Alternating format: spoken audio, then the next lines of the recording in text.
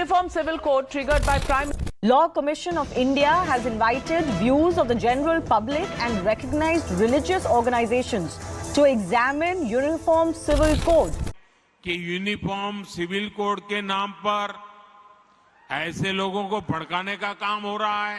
Hi hello welcome to run TV Telugu explore. నేను మీ సిరివేలు చరణ్ కుమార్.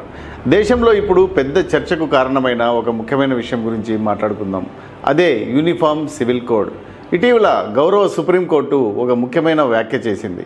దేశంలో అక్క చెల్లెళ్ళు, కూతుర్లు, మహిళల హక్కుల విషయంలో ఉన్న భేదాభిప్రాయాలను తొలగించాలంటే యూనిఫామ్ సివిల్ కోడ్ అమలు చేయడం చాలా అవసరం అని చెప్పి అభిప్రాయపడింది.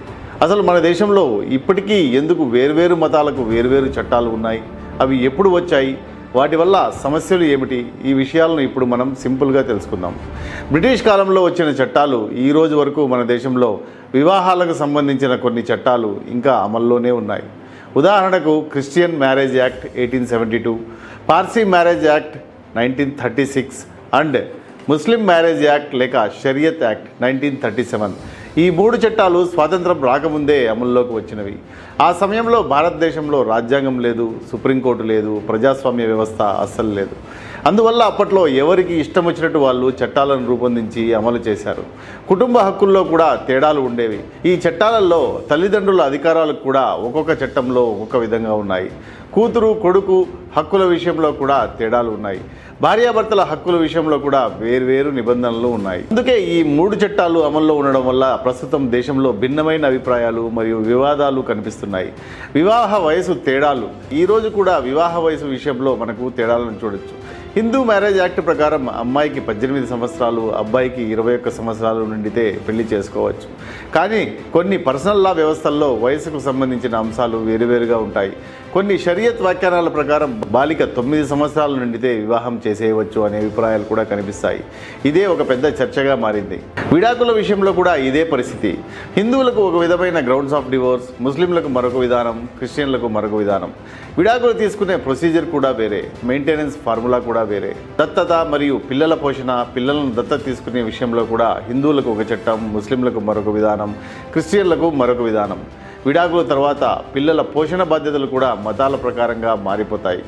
తల్లిదండ్రుల ఆస్తుల విషయంలో కూడా హక్కులు చాలా తేడాగా ఉంటాయి. హిందువులకు ఒక విధంగా, ముస్లింలకు మరో విధంగా, పార్సీలకు మరొక విధంగా, క్రిస్టియన్లకు మరొక విధంగా ఉంటాయి. సక్సెషన్ మరియు ఇన్హెరిటెన్స్ చట్టాలు కూడా మతాల ప్రకారం వేర్వేరుగా అమలవుతున్నాయి. కానీ న్యాయ నిపుణులు చెప్పేది ఏమిటంటే ఇవి అన్నీ మానవ హక్కులకు సంబంధించిన విషయాలు. ఆస్తి, పోషణ, కుటుంబ జీవితం వంటి అంశాలకు మతంతో సంబంధం ఉండకూడదు అని వారు అంటున్నారు. హిందూ మ్యారేజ్ యాక్ట్ 1955లో అమల్లోకి వచ్చింది. అంటే దేశానికి స్వాతంత్రం వచ్చిన తర్వాత, రాజ్యాంగం అమల్లోకి వచ్చిన తర్వాత, అంటే సుప్రీంకోర్టు కూడా ఏర్పడిన తర్వాత. అందుకే ఈ చట్టంలో మహిళలకు సమాన హక్కులు ఇవ్వడానికి ప్రయత్నం చేశారు. ఈ కారణాల వల్లే సుప్రీంకోర్టు అనేక సార్లు ఒక విషయం చెప్పింది. దేశంలో ఒక్కో మతానికి ఒక్కో రకంగా తీర్పులు ఇవ్వడం కష్టం, అందుకే యూనిఫామ్ సివిల్ కోడ్ అత్యవసరం అని చెప్పి అభిప్రాయపడింది.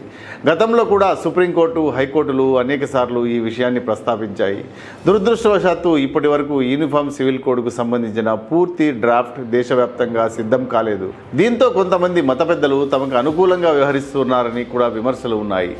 నిజం చెప్పాలంటే యూనిఫామ్ సివిల్ కోడ్ అమల్లోకి వస్తే అందరికంటే ఎక్కువగా ప్రయోజనం పొందేది ముస్లిం, క్రిస్టియన్, పార్సీ సమాజంలోని మహిళలు అని చాలామంది న్యాయ నిపుణులు చెబుతున్నారు.